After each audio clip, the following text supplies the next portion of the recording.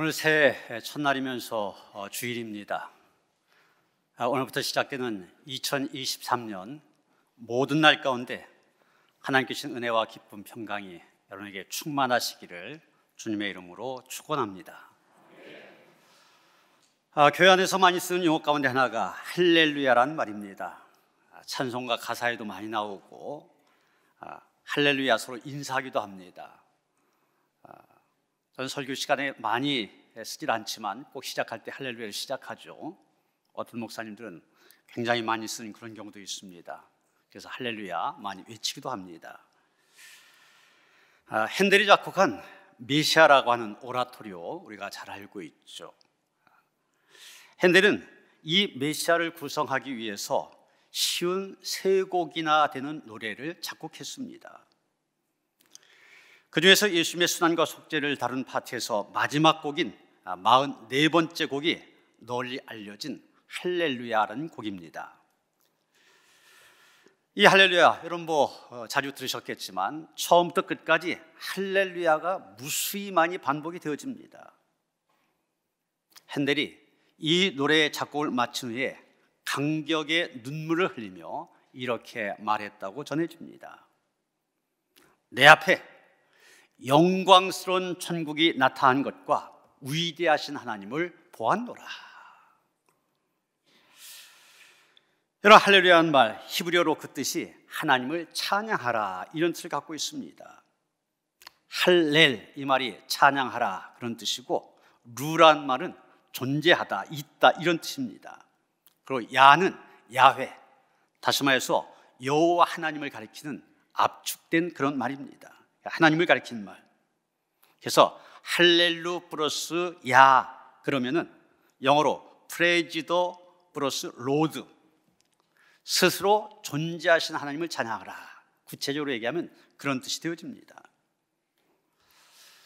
그런데 오늘의 본문인 이 시편 148편 보면은 처음에 어떤 말로 시작됩니까? 할렐루야로 시작됩니다. 마지막 보시면 할렐루야로 끝나고 있습니다. 근데 이 148편뿐만이 아니라 146편부터 150편까지가 할렐루야로 시작해서 할렐루야로 끝납니다. 이걸 가리켜서 할렐시라 그렇게 말하고 있습니다. 시편 기자는 지금 이 시편을 읽는 사람들에게 할렐루야, 찬양하라 이 말을 반복해 사용하면서 할렐루야의 삶을 살아가라 명령하고 있습니다. 특히 오늘의 본문이 148편을 보면 사람뿐만이 아닙니다. 온 우주 만물에 존재하는 모든 것들 다 열거하고 있습니다. 그러면서 그 모두에게 하나님을 향하여 할렐루야 하라 명령하고 있는 것을 보게 됩니다. 오늘 우리가 생각하고자 하는 것은 왜 우리가 하나님을 찬양하는 할렐루야의 삶을 살아가야 하냐는 겁니다. 첫째로 할렐루야로 하나님을 찬양하는 것은 하나님께서 우주 만물을 창조하신 창조주이심을 고백하는 일이 되기 때문입니다. 여러분, 오늘 말씀 보면 하나님을 찬양하는 명령 사람에게만 하는 거 아니지 않습니까? 3절 4절에 보면 하늘에 있는 영적인 존재, 즉 하늘에 있는 해와 달과 별들을 얘기하고 있습니다. 7절부터 10절까지는 땅에 있는 모든 자연 만물들에 대해서 언급하고 있습니다. 11절, 12절 사람들까지 포함이 되어 있습니다. 하나님을 찬양하라고 하는 그런 명령과 사명, 사람을 비롯한 모든 우주 만물에 존재하는 모든 것에게 주어졌다는 겁니다. 이유는 다른가 합니다. 이 세상에 존재하는 모든 것들 하나님께서 창조하셨기 때문입니다. 하나님께로부터 지음받은 피조물이기 때문입니다. 여러분, 우리가 언뜻 생각하기에는 하늘의 달과 별, 산들 같은 것, 이건 생명이 없는 무생물 아닙니까? 아니, 생명도 없는 것들이 어떻게 하나님을 찬양할 수 있어? 이렇게 생각할 수 있을 겁니다. 그런데 오늘 말씀 보면 그것들도 하나님을 찬양하는 살아있는 존재라고 얘기하고 있습니다. 그렇다면 죽은 존재는 무엇입니까? 오히려 하나님을 찬양으로 하라고 지으셨는데 그것을 따르지 아니하며 살아간 인생이라면 살아있다 할지라도 그 인생, 죽은 인생이라고 한 것입니다. 피조물이 그 창조주를 기억하며 찬양하는 것 당연한 것입니다. 그리고 이 우주를 만드신 하나님을 기억할 때 경의를 표하게 되며 찬양하게 된 것입니다. 다윗은 시편 139편 14절에서 하나님께 감사하며 이렇게 찬양하고 있습니다. 내가 주께 감사하오면 나를 지으심이 심히 기묘하심이라. 주께서 하시는 일이 기이함을 내 영혼이 잘 아나이다. 다윗이 자기 자신을 살펴봤더니 너무 기가 막힙니다. 아니, 어떻게 나를 이렇게 지으셨을까? 자기 자신을 들여다보니 감탄이 저절로 나옵니다. 그래서 그런 자신의 모습을 보면서 하나님께 경의를 표하며 감사의 찬양을 올려드리고 있는 것입니다. 이런 과학자들 그러면 좀 신앙과 거리가 먼 것처럼 생각되지 않습니까? 그런데 과학자들 가운데 의외로 믿음이 좋은 사람들이 많이 있습니다. 과학과 신앙이라고 하는 것 서로가 상반되는 것처럼 보이지만 그들에게는 그렇지 않습니다. 이 과학자들이 하는 게 뭡니까? 우주를 연구합니다. 사람의 몸을 연구합니다. 자연을 연구합니다. 이것을 연구하다 보면 이 사람의 이성과 지혜로는 도저히 설명할 수 없는 그런 기묘한 일들을 그 가운데서 보게 됩니다. 그러면서 이게 그냥 되어진 게 아니다. 이것을 지으신 분이 있다. 하나님을, 그 세상을 창조하신 하나님을 깨닫게 된 것입니다. 이런 모든 과학의 직결체가 우주과학 아닙니까? 과학의 첨단을 걷는 게 우주과학입니다. 그런데 그 우주과학자들 어떻습니까? 구소련의 우주인인 유리 가가린이라고 하는 사람, 이 사람이 최초의 우주인입니다. 최초의 우주 비행사, 우주를 다녀온 사람. 이 우주 분야에 있어서는 소련이 미국보다 앞섰습니다. 그래서 이 사람이 최초로 우주를 다녀왔어요. 이 사람이 우주를 다녀와서 우주에는 하나님이 없다, 내가 아무리 찾아봐도 하나님이 없다, 이렇게 말했다고 전해집니다. 그런데 사실 이것은 그 당시 소련의 수상이었던 호르시초프가 한 말인데 그 발언이 와전된 거라고 얘기합니다. 오히려 이 가가린이 사람은 굉장히 믿음이 좋은 사람이었대요. 자기 집에 이콘이라고 해서 성화를 이콘이라고 부릅니다. 그런 것들 집에 걸어놓기도 하였고, 우주 비행을 나가기 직전에는 딸에게 세례를 줄 정도로 그 정도로 독실한 신자였다고 그럽니다. 그가 우주에 가서 하나님의 음성, 우주에 갔더니 하나님의 음성이 들려졌다고 얘기합니다. 또 너무 아름다웠다고 얘기합니다. 우주에 가서 보니까 지구는 푸른 빛이었다. 이 가가린이 남긴 유명한 말입니다. 여러분, 소련 공산주의 국가, 무신론 사회 아닙니까? 무신론 사회에서 무신론 교육을 받으면서 자라고 성장했던 사람입니다. 그랬던 사람이 과학을 통하여서, 우주를 통하여서 하나님의 살아계심을 깨닫게 된 겁니다. 또 한 사람, 미국을 대표하는 우주인으로 아폴로 12호를 타고 달에 착륙했던 제임스 어윈이라고 하는 사람이 있습니다. 이 사람은 이런 말을 했습니다. 저 멀리 지구가 오독하니 존재하고 있다. 자기가 달에서 바라보니까 저 멀리 지구가 오독하니 존재하고 있다. 이처럼 무력하고 약한 존재가 우주 속에 살아가고 있다는 것, 이것이야말로 신의 은총이라는 사실을 아무런 설명 없이도 느낄 수가 있었다. 하나님의 은총이라고 하는 것, 설명이 필요 없었다는 겁니다. 느낄 수 있었다는 것입니다. 이만큼 아름답고 완벽한 것, 하나님 외에는 만들 수 없다. 이게 그의 고백입니다.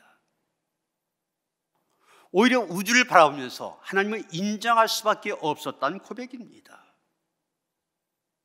이 어인은 지구로 돌아온 다음에 나중에 목사가 되었습니다. 피조물로서 창조주 하나님을 기억하며 그 만드신 것에 대해 감탄하고 경의를 표한 것, 당연한 일입니다. 이 세상의 만물들을 보면서 말씀 한마디로 천지 만물을 만드신 하나님을 생각할 때, 아, 하나님 대단하십니다, 위대하십니다, 찬양하지 않을 수 없는 것입니다. 너무나 더 감사할 것은 하나님이 이 피조물들을 말씀대로 창조하셨을 뿐만이 아니라 지금도 다스리고 계심을 믿기 때문에 찬양하게 된다는 것입니다. 여러분, 오늘 본문 8절에 보면 하나님을 찬양해야 될 존재 가운데 광풍이란 말이 나옵니다. 그의 말씀을 따르는 광풍도 하나님을 찬양하라 그랬습니다. 여러분, 광풍, 이 한자 뜻풀이 그대로 하면은 미친 바람 아닙니까? 누구의 통제도 받지 않는 것처럼 불어닥치는 갑작스럽고 거센 바람, 광풍이라고 얘기합니다. 그런데 그 광풍에 대해서도 뭐라고 얘기합니까? 그의 말씀을 따르는 광풍, 이렇게 얘기하고 있습니다. 그 광풍도 하나님의 명령에 의해서 창조되어지고 그 말씀에 의해서 다스려지고 있다고 하는 것입니다. 사람이 보기에는 광풍, 미친 바람입니다. 그런데 하나님께서 보시기에는 말 잘 듣는 온순한 바람입니다. 하나님의 창조물이 하나님의 손안에, 하나님의 주권 가운데서 운영되고 있는 것, 그것을 믿을 때 또 하나님을 찬양할 수 있게 된 것입니다. 여러분, 우리의 삶에 불어닥치는 광풍과 같은 그런 일들을 만날 때 그 상황에서 하나님을 찬양한다는 것 쉽지 않은 일입니다. 그러나 그때도 우리가 할렐루야, 하나님을 찬양하는 삶을 살아갈 수 있는 것은 그 모든 것들 하나님의 손에 의해서 통제되고 있음을 믿기 때문입니다.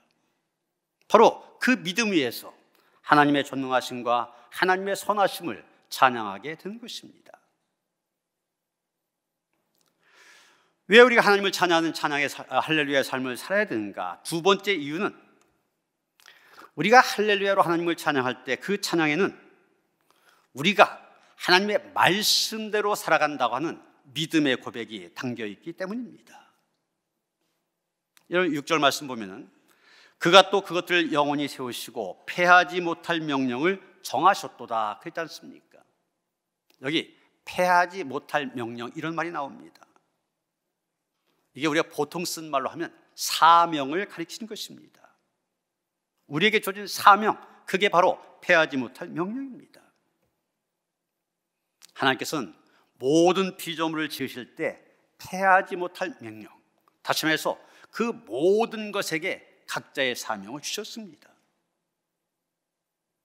해와 달과 별들 저렇게 움직이고 있는 것, 우연히 임의적으로 운행되고 있는 것이 아닙니다. 하나님의 법칙에 의해서 움직이고 있습니다.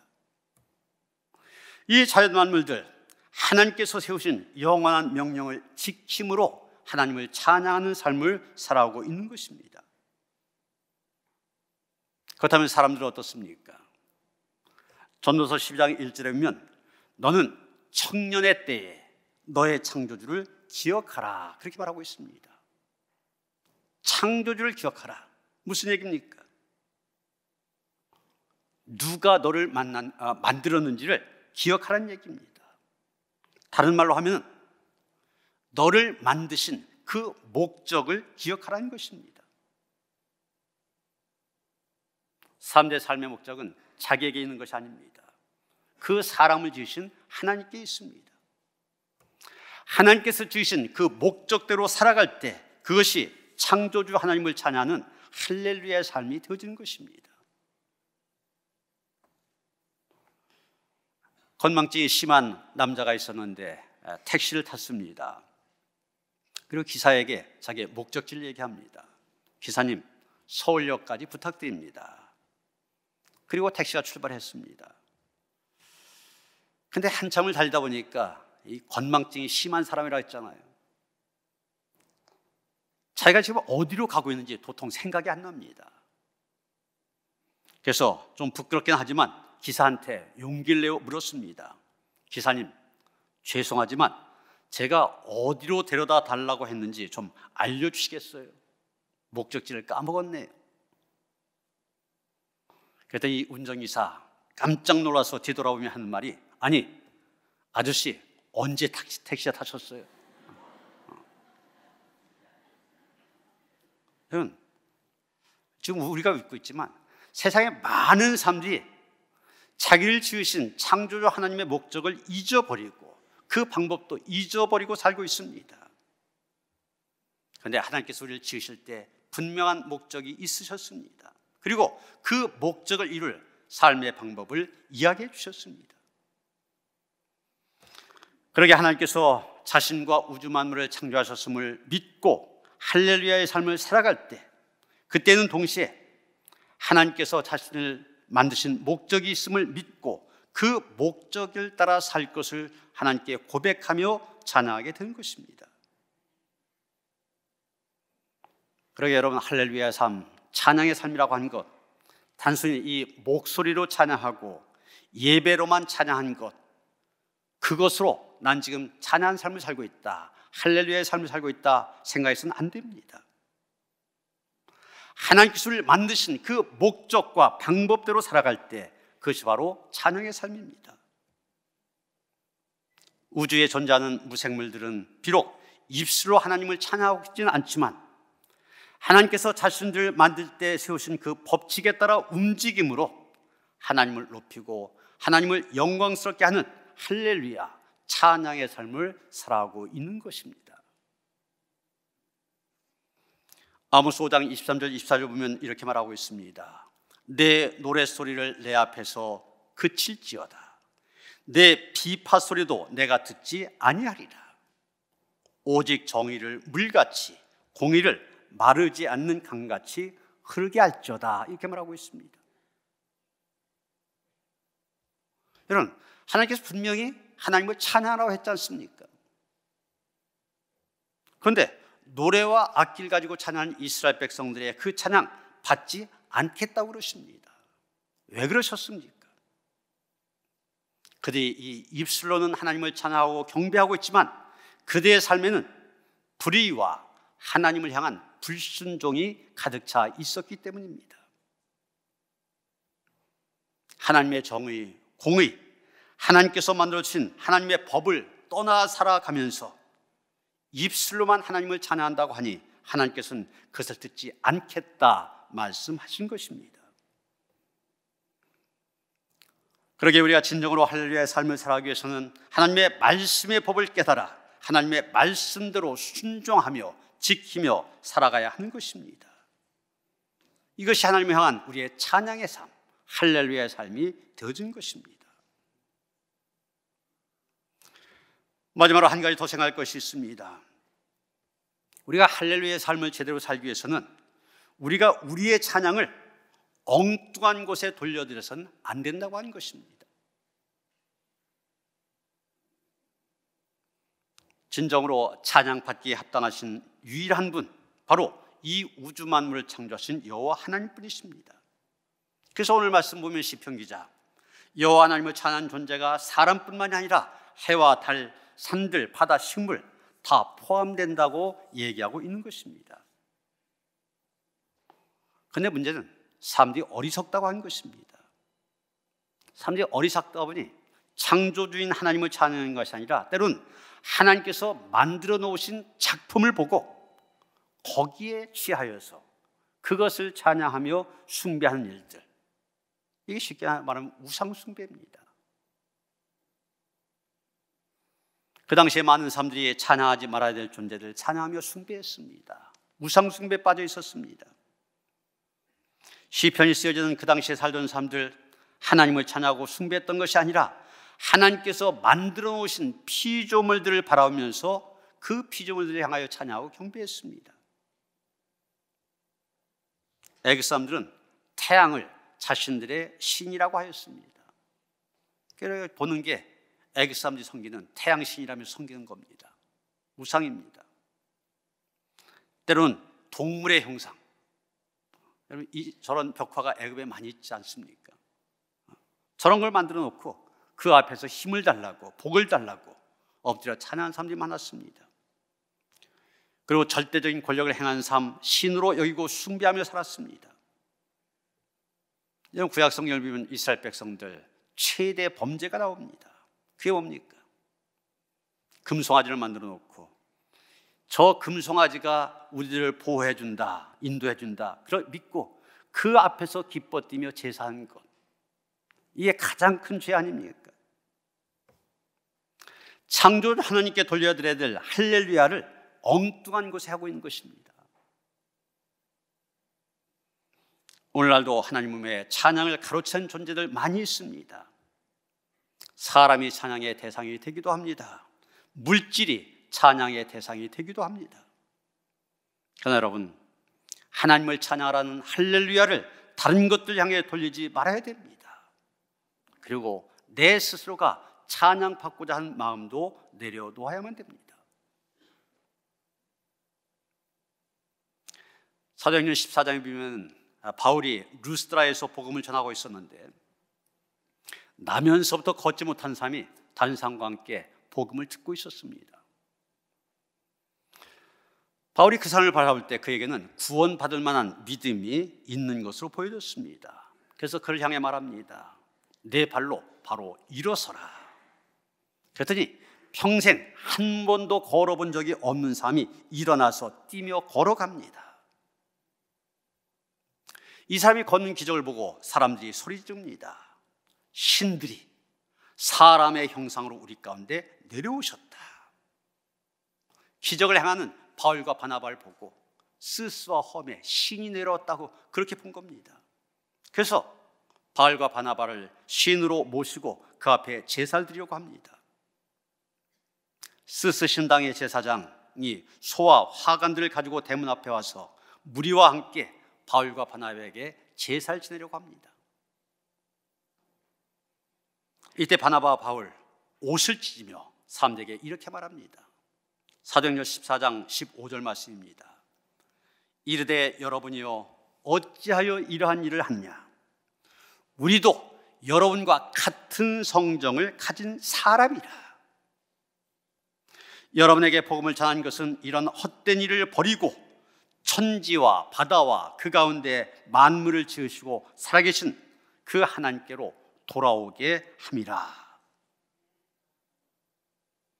바울은 자신을 경배한 사람들을 향하여서 더 이상 이러한 잘못된 경배와 찬양하며 살아가지 말고 이제는 천지 만물을 지으신 하나님, 살아계신 하나님, 그 하나님을 섬기라고 외치고 있는 것입니다. 오늘날 하나님이 만드신 자연 만물이 찬양의 대상이 되어지고 사람이 찬양의 대상이 되어지고 사람의 편을 위하여서 만들어 놓은 돈과 명예, 인기, 권력 이런 것들이 찬양의 대상이 되고 있습니다. 그리고 자기 스스로를 찬양의 대상으로 삼는 사람도 있습니다. 그런데 분명한 것은 저와 여러분, 이 땅에 존재하는 모든 것들 하나님만을 찬양하기 위해 지음받은 존재라는 사실입니다. 이것이 모든 피조물의 사명임을 얘기하고 있습니다. 하나님께서 2023년 365일 새로운 시간을 우리에게 허락하셨습니다. 시작된 오늘부터 마지막 날까지 할렐루야의 삶이 되어지길 원합니다. 여호와 하나님을 높이고 여호와 하나님을 찬양하고 이것이 우리의 삶이 되어지고 우리의 삶의 목적이 되어져야 됩니다. 사명이 되어져야 됩니다. 할렐루야로 찬양하는 하나님의 백성들 하나님께서 함께 하십니다. 축복하십니다. 내 수고와 노력으로가 아니라 하나님의 은혜와 축복으로 살아가는 2023년 할렐루야의 삶이 되어지기를 주님의 이름으로 축원합니다. 할렐루야. 우리를 지으시고 창조하신 하나님, 피조물 된 우리가 그 하나님을 높이며 찬양하는 것 당연한 일이고 우리의 본분이며 우리의 사명입니다.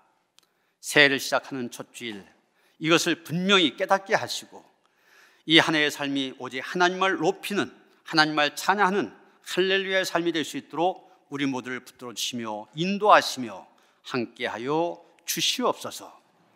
예수 그리스도 이름 받들어 기도하여 싸움나이다. 아멘.